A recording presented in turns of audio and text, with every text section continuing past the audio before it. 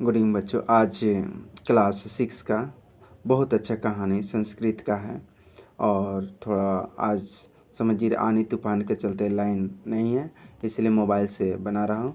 उसको बहुत अच्छा कहानी है, उसे सुनने का और कोशिश करो, अपने जीवन में उतारने की ही कोशिश करना। चलो 6 क्लास का है, द्वादश पाठ है तो 12 पाठ है। तो देखते हैं इसमें क्या लिखा हुआ है, ध्यान से सुनो।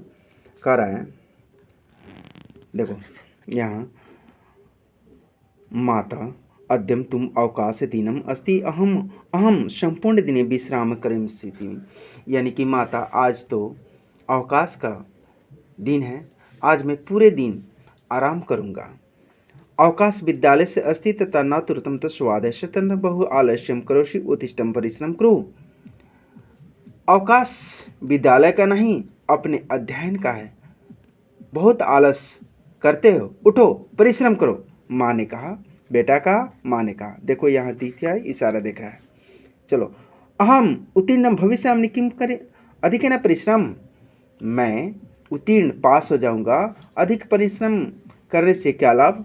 करे कि मैं तो पास हो जाऊंगा, अधिक परिश्रम करने से क्या लाभ। माता बोल रही है, यह परिश्रम करोति तुम च सर्वे जीवन सफलता प्राप्त परिश्रम तथा मनुष्यम मित्रम अवस्थि तथा आलस्यम तुम शत्रु युवा अस्ति। यानी जो परिश्रम करता है वही जीवन में सफलता प्राप्त करता है।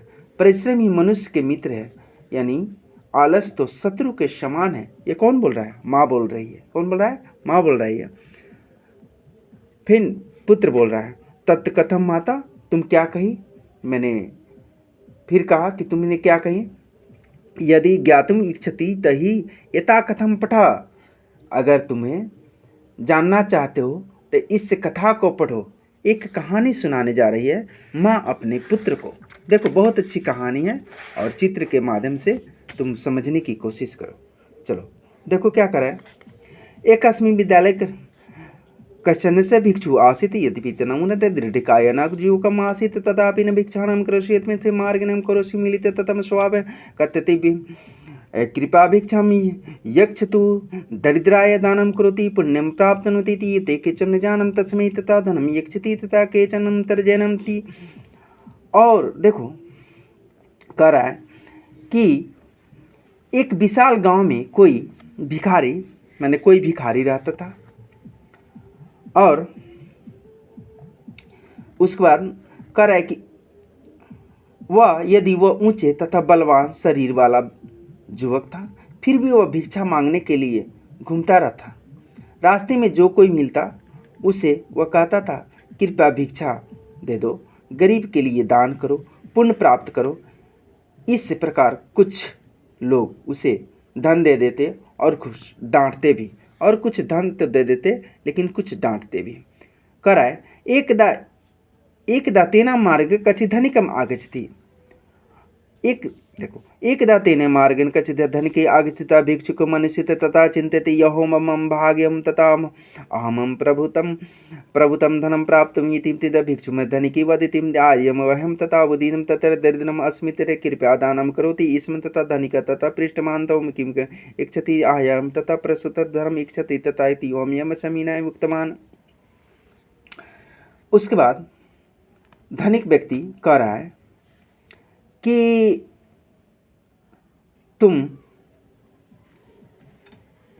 यानी एक बार उसके पास रास्ते में कोई धनवान आता है और भिखारी मन में सोचता है कि अहो मेरा सौभाग्य है, आज मैं बहुत सारा धन प्राप्त करूंगा। भिखारी धनवान कहता है, श्रीमान मैं बहुत गरीब हूँ, कृपया दान दीजिए। धनवान ने उसे धनिक त्वम पृष्ठवान त्वम किम इच्छसि, तुम्हारा क्या इच्छा है। आर्जम प्रभुतम धनम, कि हमको बहुत सारा धन चाहिए। इति सा सविना मुक्तवान, और हाथ जोड़कर वह मांग रहा है। ऐ कर तदा धनिक वदितम अहम तुम सहस्त्रम रूपकानि इच्छामि। यानी देखो धनवान ने, तुम क्या चाहते हो। श्रीमान मैं बहुत सारा धन चाहता हूँ, ऐसा विनयपूर्वक कहा। और कह रहा है कि तदा धनिकवान वहम तेन पृष्ठवाते तथा। अब देखो, अब धनिक कह रहा है, देखो ध्यान से क्या कह रहा है। तो वो धनिक का बात तो सुन रहा है, लेकिन मैं तुम्हें 1000 रुपया, देखो देखो क्या कर रहे हैं कि अहम सहस्त्र रूपकाणि यक्ष्मी। धनिक कह रहा है कि मैं तुम्हें सहस्त्र माने 1000 होता है, 100 रुपया देता हूँ। कितने? 1000 रुपया देता हूँ। तुम मयम तव पादम यक्ष, तुम हमको दोनों पैर दे दो। तुम हमको क्या दे दो? दोनों पैर दे दो। अब बताओ, देखो अब कहानी में मोड़ लेता है। क्या मोड़ लेता है कि तुम अंदाज़ा कर सकते हो कि किसी से देखो ध्यान से कि धनवान कहता है कि मैं तुम्हें 1000 रुपया देता हूँ, तुम मुझे दोनों पैर दे दो। अब उसके बाद भिक्षु कहता है बिना पादों यानी बिना पादों कथम चलितिम, यानी बिना पैर के मैं कैसे चल सकता हूँ। अब देखो बिना पैर के मैं कैसे चल सकता हूँ, भिखारी ने कहा। तो पैर के बिना मैं कैसे चल सकता हूँ। देखो धनिक अब धनिक मान बोल रहा है अस्तुत। अब धनिक बोल रहा है कि अस्तु त्वं पंचसहस्राणि रूपाणि स्वीकृतम तम तमहम तथा हस्तौ यक्ष, मैं तुमको 5000 रुपया देता हूँ, दोनों हाथ दे दो। अब देखो मैं तुमको 5000 रुपया देता हूँ, तुम दोनों हाथ दे दो। अब देखो मैं, अब देखो धनवान कहता है कि मैं तो 500 स्वीकार करो, मुझे दोनों हाथ दे दो। अब देखो भिखारी क्या बोलता है, भिक्षुक वदति हस्ता बिना यहम कथा भिक्षाम स्वीकारतुं ततैवं धनिकं तथा सहस्रधिकरूप्यके तत्सम तथा अनेकानि शरीराणि तथा क्रेतुं तथा समान भिक्षु तथा निष्कृष्टवान। अब देखो अब इसका हिंदी है कि भिखारी कहता है कि मैं दोनों हाथ के बिना, देखो मैं दोनों हाथ के बिना कैसे प्राप्त करूंगा। इस प्रकार धनवान व्यक्ति 1000 रुपये से भी अधिक रुपए से उसके शरीर के अंगों को खरीदना चाहता है, किंतु वह भिखारी मना कर देता है।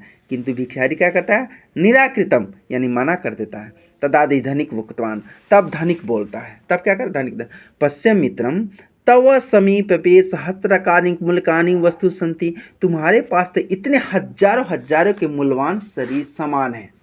यानी तब जो है धनवान बोलता है कि देखो मित्र, यानी कि तुम्हारे पास ही 1000 से अधिक मूल्यवान वस्तु है, फिर भी किस लिए। अब देखो कह रहा है कि कीमत तथागनम दुर्बल मन्यते तो सौभाग्योम तथा वह्यम मानव जन्म प्रमाण तथा अतम असम असफल यानी सफलतार्थम प्रत्यम तथा कृतो इक्षम।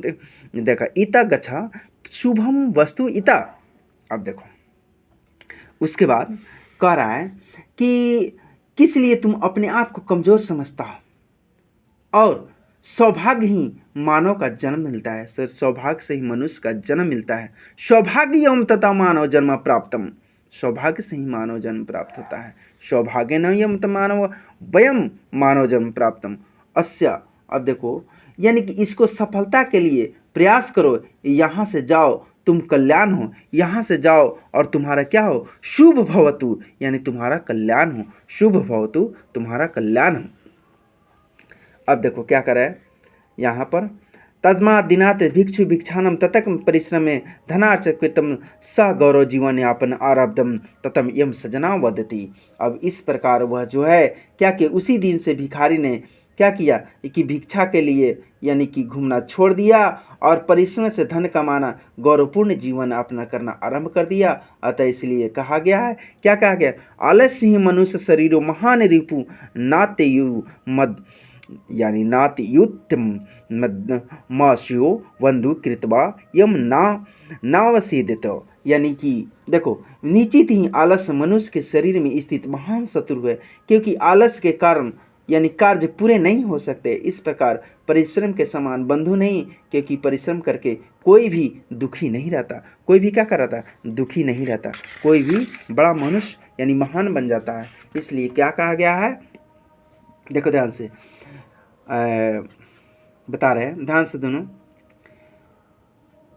कि आलस्य, देखो क्या कर रहा है? आलस्य ही मनुष्य, या वही है आलस्य ही मनुष्य रिपु न शरीर से महान रिपु नादमुह मश यानी मश यानी मसयुमो बंधु कृतवान तथा नावसिदम, वही हुआ आलस्य सबसे बड़ा शत्रु है। और इस प्रकार क्योंकि मनुष्य परिश्रम के समान, अब क्या कर रहा है देखो ध्यान से, यानी कि तुमको, हाँ आगे देखो, आलस्य ही मनुष्य शरीर महान रूप असमुद बंधु नास्ति कृतवान। और इस प्रकार क्या करे कि आलस्य के से बड़ा कोई इसमें क्या करे, मनुष्य शरीर महान रिपु, यानी कि आलस्य को अगर त्याग दे तो क्या हो सकता है कि वह बहुत बड़ा यानी धनवान और विद्वान हो सकता है। क्या हो सकता है? धनवान और विद्वान हो सकता है। इसलिए महान और क्या करे कि आलस्य मनुष्य शरीर स्थित महान रिपु अस्थित यम आलस्य कर्ताम त कार्यम न सिद्धतम यौम तथा परिश्रम महान बंधु यपि नासितिम तत् परिश्रम कृतवान को यपि दुखम न आपनोति। और इस प्रकार किसी क्योंकि परिश्रम करने के से कोई भी मनुष्य कभी दुखी नहीं रहता। और क्या शरीर में स्थित महान शत्रु क्या है? यानी कि आलस्य, क्योंकि आलस्य से बढ़कर कोई दुनिया में शत्रु नहीं होता है। और इसलिए यह कहानी बहुत अच्छा है और इसे पढ़ने के आलस्य को अपने मन से त्याग दो, क्योंकि आलस्य से बड़ा दुनिया में कोई शत्रु नहीं होता है। धन्यवाद बच्चों, थैंक यू।